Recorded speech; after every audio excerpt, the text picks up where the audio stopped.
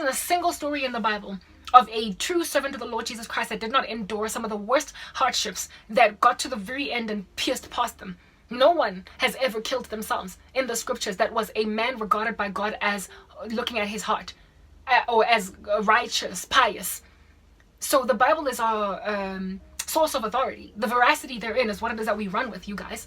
So therefore, as a suffering conglomerate in this 21st century, where there is so much depression on the earth, especially because of the pressure that we feel on social media. I don't know how many times I've cried upon looking at the prosperity of Christian channels on YouTube, and I'm like, but God, why am I not getting anywhere? This is like one lovely colored girl from this country, South Africa, who I found on TikTok, and I follow her now, and she was busy just doing like a 3-part thing on TikTok that was a couple of minutes long. I mean, TikToks don't tend to like fly off the shelves if they're longer than 1 minute, guys, but this girl was doing little 5-minuters in 3 parts, and they were listening to the end, and she currently is sitting on like 29,000 followers or something. And when she did her work on TikTok for the Lord, I just saw myself in her. Like, what she's doing is what I'm doing. She reminds me of her. Sorry, she reminds me of me. It's like her story is my story. Do you understand? Just without all the persecution. And she has a fervency for Jesus, a longing and a thirst to reach, you know, these kids for TikTok. Sorry, for Jesus. And she's on TikTok and she's prospering to do that, right? And I'm like, but Father, this sister of mine, you know, I was crying like throughout it all, not in envy or jealousy, but in angst, like just confusion as to why she's allowed to speak and I'm not. Why am I not picking up on TikTok? And she's beautiful, you know. So I was like, it can't be. She surely also has got like myriads of witches just coming at her because of her beauty, and her piety in Jesus Christ is making people annoyed with her. So they're probably just throwing a lot of witchcraft at her. She also probably gets like lots of nightmares and wakes up in the morning with lots and lots of spiritual war just chilling on her chest and having to like fend off all that darkness. She is also going through whatever I'm going through. We're all just going through it in the kingdom of heaven. And she's in my country too. That's also my thing. Like, she's in my country. She's South African. So it can't be that my nation is so full of witches that no Christian can thrive here. Here it is that she's prospering to get some kind of a decent following on TikTok.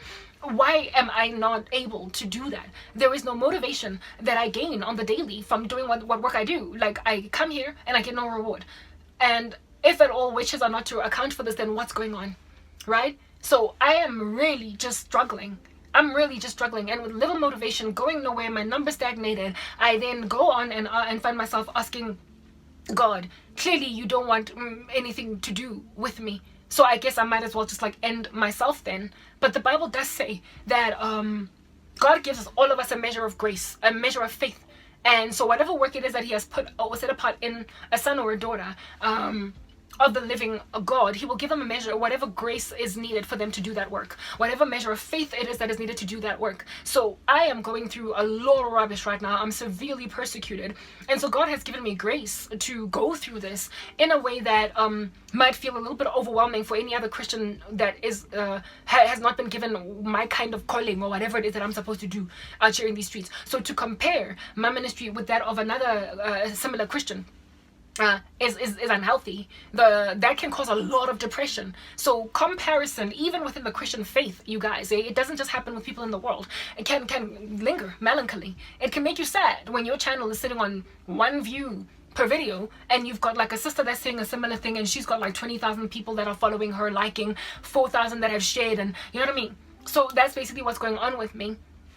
Right now, I'm struggling with even watching Christians online that are covering similar content to me and seeing how they're moving and mine is just not moving. I've tried to explain it away by saying that maybe it's because I'm still new, I need to build for myself a following. But guys, how do you build a following when you don't even get one person looking at you? Like, you know what I mean? Like, everybody has to start from somewhere. I gotta at least defibrillate or start up a spartan of 1 or 2 people before they can share my work enough for me to grow exponentially to 10. 6 degrees of separation. The whole law of 6 degrees of separation has it such that if just 1 or 2 people start to proliferate my work, then tens of thousands of people will ultimately proliferate my work. But if I'm not even getting one person, if I'm just like so stagnated, what in the world is going on?